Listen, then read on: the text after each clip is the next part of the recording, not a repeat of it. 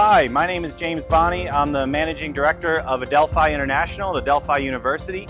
I'm addressing you now from the Tribeca area, one of our campuses here in Manhattan, New York City. That's one of two campuses, the other in Garden City, Long Island.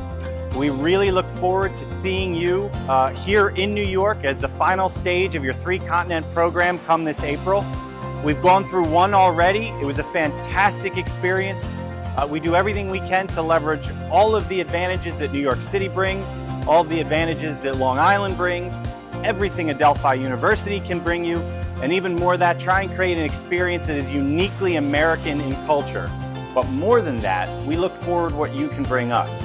We look forward to the interesting ideas and thoughts and experiences that you'll bring to our community. So again, I can't wait to see you come April, and I look forward to meeting each and every one of you. So thank you so much. I can't wait to see you come this April.